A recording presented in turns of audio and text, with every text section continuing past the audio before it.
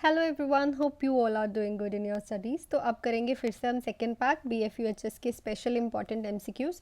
ये बहुत बार रिपीट भी हो चुके हैं और मैं सारे MCQs लेके आ रही हूँ। आई होप पार्ट 1 आपको पसंद आया हो।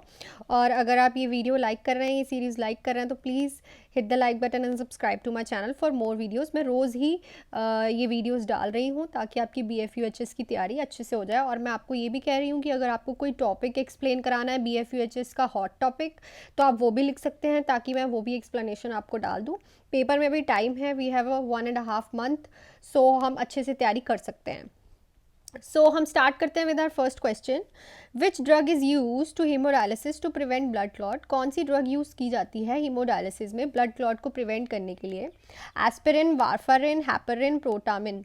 सो ऑब्वियसली हैपरिन को हम यूज़ करते हैं to prevent the blood clot, ठीक है, हीमोडायलिसिस में। एस्पिरिन नहीं यूज़ करते, वारफरिन भी नहीं यूज़ करते। प्रोटामिन तो इसका प्रोटामिन सल्फेट जो हैपरिन का वो क्या है, एंटीडोट है, तो हैपरिन हम यूज़ करते हैं, ठीक है। और इसमें PTT हम टाइम चेक करते हैं, that is PTT partial thromboplastin time.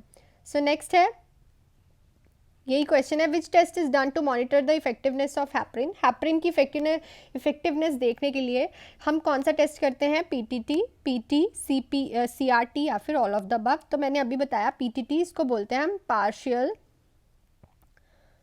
Thromboplastin time, ठीक है। इसमें क्या करते हैं, हम हैपरिन का लेवल चेक करते हैं और इसकी नॉर्मल वैल्यू कितनी होती है? 20 से 36 सेकेंड इसकी नॉर्मल वैल्यू होती है। और ब्लीडिंग हम कहाँ कहाँ चेक करेंगे? एक तो हम करेंगे गम्स में, ये भी क्वेश्चन आ जाता है कि इसका टाइम कितना है, और इसका ये भी आ जाता है गम्स में। और हम नोज़ में देखते हैं कि कहीं ब्लीडिंग तो नहीं हो रही, टेस्ट की टाइम। PT क्या बोलते हैं हम? पार्शियल PTT को क्या बोलते हैं? Partial thromboplastin time. And PT को क्या बोलते हैं?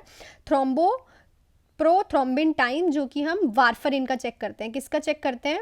वारफरिन में क्या चेक करते हैं? उसकी इफेक्टिवनेस में कौन सा टेस्ट करते हैं हम? PT, that is prothrombin time. And CRT तो तुम्हें पता ही है, कैपिलरी लीफिल टाइम, जो कि 2 सेकेंड से लेस जो होता है वो होता है नॉर्मल, ठीक है। नेक्स्ट पे चलते हैं।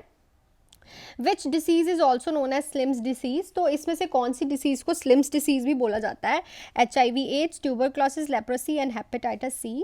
सो स्लिम डिसीज किसको बोला जाता है? HIV, एड्स को, बिकॉज देखो, एक तो इसमें वेट लॉस होता है ग्रेजुअली, ठीक है, HIV पेशेंट में। उसके बाद जो डिफ्यूज वास्टिंग होती है, किसकी किसकी होती है? डिफ्यूज वास्टिंग मसल्स की, ठीक है। जो उसका आर्म्स का, थाइस का और काफ्स का जो सर्कमफ्रांस होता है ना, जो उसका सर्कमफ्रांस होता है, वो भी कम हो जाता है।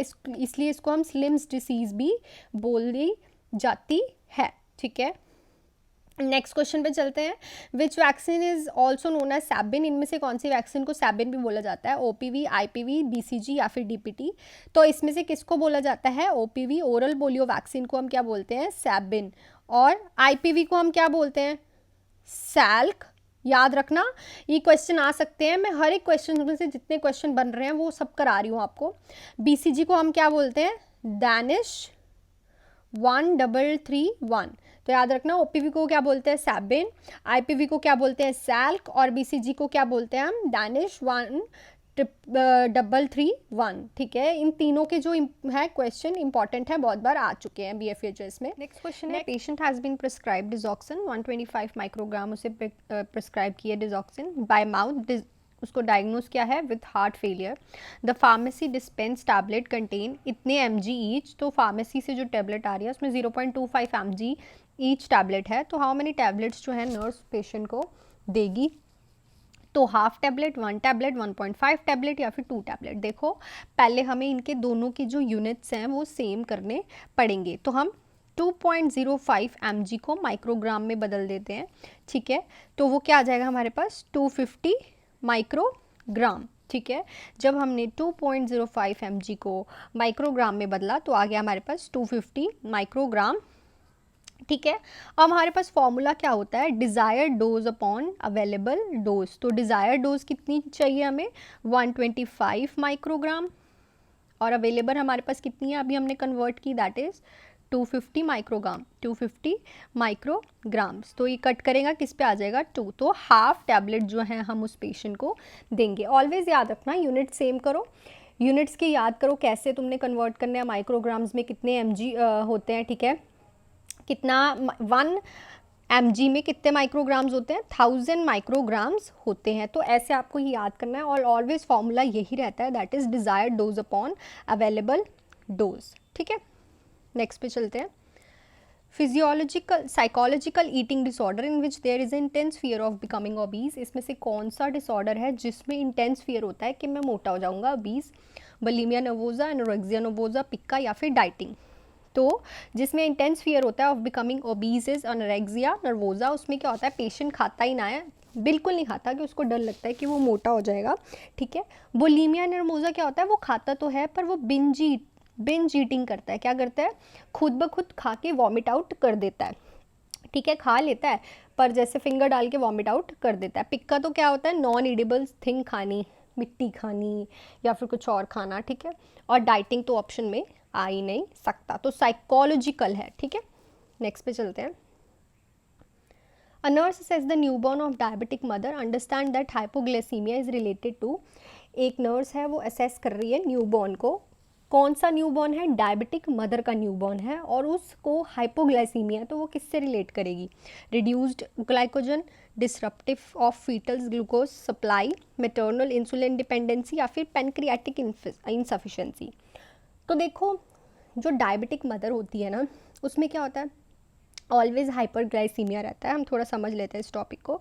जो डायबिटिक मदर होती है उसमें ऑलवेज क्या रहता है, हाइपर ग्लाइसीमिया। अब अगर उसमें हाइपरग्लाइसीमिया रहता है तो वो फीटस में भी जाएगा थ्रू प्लेसेंटा। ठीक है, और फीटस में भी क्या रहेगा, ग्लूकोज का लेवल बढ़ता रहेगा। इसलिए फीटस जो कैसा होता है, बेबी जो होता है वो मैक्रो बेबी होता है इन द डायबिटिक मदर। कैसा बेबी होता है, मैक्रो मतलब बिग बेबी होता है। ठीक है, अब फीटस को क्या आदत हो गई है, मोर ग्लूकोज लेने की, क्योंकि मदर क्या है, डायबिटिक है। अब जब फीटस वूम से बाहर आएगा, जब वो बाहर आएगा वूम से, तो क्या होगा, उसका ग्लूकोज का लेवल ड्रॉप हो जाएगा। ऑब्वियसली अब मदर से थोड़ी मिलेगा, अब तो उसको खुद ही बनाना पड़ेगा। अब मदर से तो मिल नहीं रहा, तो उसका ग्लूकोज का लेवल क्या हो जाता है, ड्रॉप। तो इसीलिए उस पेशेंट को क्या होता है, हाइपोग्लाइसीमिया। तो याद रखना उस पेशेंट को क्या होता है। अब ये सब हुआ क्यों है, हाइपोग्लाइसीमिया जो है पेशेंट को, फीटस को और न्यूबॉर्न को हुआ क्यों है, क्योंकि disruption of foetal glucose supply. क्योंकि फीटस तो बड़ा हुआ, उसको अंदर ग्लूकोज पूरा मदर से मिल रहा था, डायबिटिक मदर से, अब बाहर आके उसको मिल नहीं रहा, तो उसमें क्या हो गया, उसकी ग्लूकोज सप्लाई जो है डिसरप्ट हो गई। इसकी वजह से वो हाइपोग्लाइसीमिया हो गया। तो it is related to disruptive of foetal glucose supply. So next है, the physician has ordered a parazinamide for a client with tuberculosis. The nurse should tell the client। देखो, ये ट्यूबरक्लोसिस की ड्रग्स हैं, ठीक है, जिसको हम ऐसे याद करते हैं, RIP राइप, और एक हो गई S, that is streptomycin, rifampicin, एनोजिनामाइड, पैराजिनामाइड, इथम्बेटोल और स्ट्रेप्टोमाइसिन।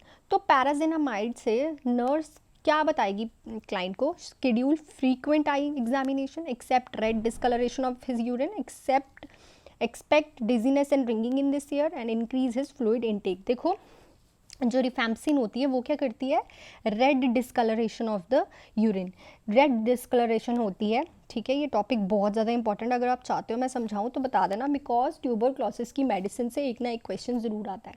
जो रिफैम्पसिन होती है ना, वो क्या करती है, डिस्कलरेशन ऑफ द यूरिन। क्यों, क्योंकि एक तो ये रेड कलर की गोली होती है और सबसे ज़्यादा बैक्टीरियोस्टैटिक इसका रिएक्शन होता है।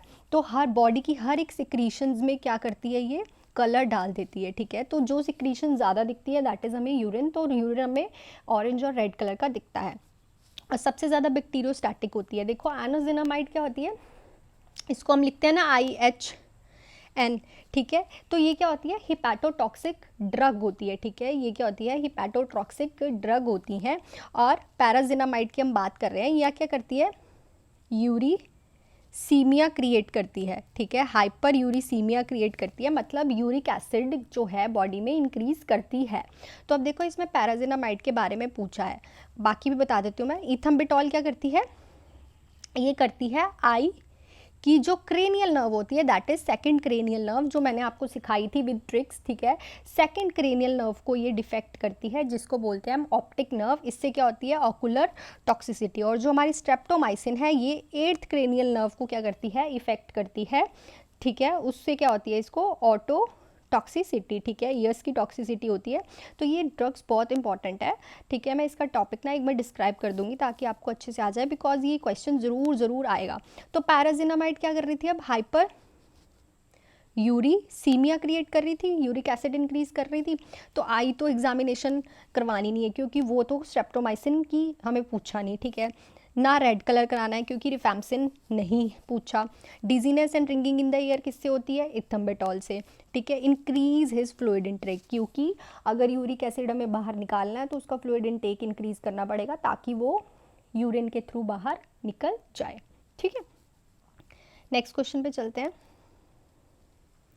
For unstable angina administration of beta blocker because of which of the following administration, एक अनस्टेबल एंजाइना वाला पेशेंट है, उसको हमने बीटा ब्लॉकर दिया है, उसका एक्शन क्या होगा, to increase cardial contractability, coronary artery vasodilation, to promote cardiovascular fluid, या फिर टू डिक्रीज हार्ट रेट। अब जिसको पता है कि मैंने पैरासिम्पैथेटिक एंड सिंपैथेटिक सिस्टम जो है पढ़ा रखा है, उसका टॉपिक मैंने डिस्कस कर रखा है, उसको इसके बारे में पता होगा। देखो बीटा ब्लॉकर्स क्या होते हैं, ये क्या करते हैं, बीटा रिसेप्टर्स जो होते हैं उनको क्या करते हैं, ब्लॉक करते हैं, बीटा रिसेप्टर्स को ब्लॉक करते हैं। और बीटा रिसेप्टर्स कहाँ वर्क करते हैं, हमारे सिंपैथेटिक नर्वस सिस्टम में। किस में वर्क करते हैं, सिंपैथेटिक नर्वस सिस्टम में। अब सिंपैथेटिक नर्वस सिस्टम मैंने आपको समझाया था, ये क्या करता है, इंक्रीज करता है हमारी बॉडी की जो इनवॉलंटरी मूवमेंट्स होती हैं। तो ये क्या करेगा, हार्ट रेट को क्या करता है, इंक्रीज करता है। जब बीटा ब्लॉकर ही हमने दे दिया, बीटा रिसेप्टर्स को ही हमने ब्लॉक कर दिया, तो सिंपैथेटिक नर्वस सिस्टम पे काम करेगा नहीं, तो ये क्या करेगा, इंक्रीज नहीं करेगा हमारी हार्ट रेट। तो क्या करेगा, ये डिक्रीज करेगा हमारी हार्ट रेट, ठीक है। टू इंक्रीज मायोकार्डियल कॉन्ट्रैक्टिविटी कौन कराता है, टिजॉक्सिन, ठीक है। कॉरोनरी आर्टरी वेजोडाइलेशंस कौन कराते हैं, एंटी-जी, दैट इज नाइट्रोग्लिसरिन, वो कराती है। टू प्रमोट कार्डियोवास्कुलर फ्लूइड, जो इसका फंक्शन बिल्कुल नहीं है। तो बीटा ब्लॉकर्स क्या करते हैं, ब्लॉक करते हैं बीटा रिसेप्टर्स को, ठीक है, जो कि सिंपैथेटिक नर्वस सिस्टम पे काम करते हैं, ठीक है। अगर बीटा ब्लॉकर्स ही हमने ब्लॉक कर दिए तो वो सिंपैथेटिक नर्वस सिस्टम में काम नहीं करेंगे, वो फंक्शन नहीं करेंगे, उससे क्या हो जाएगा, बीटा रिसेप्टर्स ब्लॉक हो जाएंगे, जिससे हार्ट रेट डिक्रीज हो जाएगा, ठीक है। हाइपरटेंसिव पेशेंट्स को भी ये हम देते हैं। तो याद रखना बीटा ब्लॉकर्स, जिन जिन मेडिसिन के पीछे, जिन जिन ड्रग्स के पीछे लॉल लगता है, ठीक है, एटिनॉल, प्रोपेनॉल, ठीक है, इन सबको बोलते हैं हम बीटा ब्लॉकर्स, ठीक है। नेक्स्ट पे चलते हैं। Child has provisionally diagnosed of myasthenia gravis, which of the following should the nurse accept in a child, select all the apply. ये क्वेश्चन ऐसे बहुत ज़्यादा आते हैं, ठीक है, ये वाले क्वेश्चन बहुत आते हैं, ठीक है। सिलेक्ट करो ऑल दैट अप्लाई। तो बच्चे को क्या हुआ है, माइस्थेनिया ग्रेविस। माइस्थेनिया ग्रेविस में क्या होता है, न्यूरोट्रांसमीटर्स जो है वो डिक्रीज हो जाते हैं। कौन से न्यूरोट्रांसमीटर, एसिटिलाइल कोलिन, ठीक है। कोलिनर्जिक जो न्यूरोट्रांसमीटर्स होते हैं वो क्या हो जाते हैं, उनमें डिक्रीज आ जाता है, जिसकी वजह से जो मसल्स हैं वो हमारी वीक हो जाती हैं। तो उनमें से कौन कौन से सिम्टम्स शो होंगे, वो हमें इन पांचों में से सिलेक्ट करने हैं और एक करेक्ट आंसर की सीरीज जो कोड है हमें ठीक करना है। तो हमारे पास ऑप्शंस कौन कौन से हैं, fatigue, double vision, ascending paralyse, ptosis या फिर सेंसरी डिस्टर्बेंस। देखो ऑब्वियसली मसल वीकनेस है तो फटीग तो रहेगा ही, ठीक है। और जब भी माइस्थेनिया ग्रेविस का नाम आए तो इसका कार्डिनल साइन कौन सा होता है, पिटोसिस, ठीक है। क्या होता है, drooling of eyelids, that is ptosis, इसका कार्डिनल सिम्टम है। ये क्या है, ये इसका कार्डिनल सिम्टम है। तो याद रखना माइस्थेनिया ग्रेविस का कार्डिनल सिम्टम कौन सा है, पिटोसिस, ठीक है। फटीग और पिटोसिस तो हमें दिखेगा ही दिखेगा, उसके साथ हमें डबल विजन भी दिखेगा due to the muscle weakness of the eyelids, ठीक है। तो असेंडिंग पैरालिसिस नहीं हमें दिखता, ना सेंसरी डिस्टर्बेंस दिखती है, क्योंकि सेंसरी तो मसल से लेना देना ही नहीं है, असेंडिंग पैरालाइज से भी लेना देना नहीं है। कौन सा पैरालाइज हो रहा है, तो कौन से हुए 1, 2 एंड 4, तो हमारा जो बी है वो बिल्कुल ठीक हुआ। तो आपको माइस्थेनिया ग्रेविस की डिसीज़ के बारे में पता होना चाहिए, तो आप इजीली ऐसे कर सकते हो। और ये क्वेश्चन रिपीट हो चुका है तो ध्यान से करना, ठीक है। सो ये थे कुछ मेरे BF के इंपॉर्टेंट क्वेश्चन जो कि बहुत बार रिपीट हो चुके हैं। आई होप ये वीडियो आपको पसंद आई हो, और मैं रोज़ दोपहर को ही वीडियोस डाल रही हूँ, तो स्टे ट्यून्ड। और अगर आप चाहते हो कि कोई टॉपिक, हॉट टॉपिक जो BF का एक्सप्लेन करना है, तो आप कमेंट सेक्शन में लिख सकते हैं। और इस वीडियो को शेयर ज़रूर कीजिए, प्लीज़ प्लीज़ प्लीज़ शेयर करिए, ताकि मैं भी इनकरेज हूँ। And if you like the video, please hit the like button and subscribe to my channel. Thank you so much and all the best for your studies.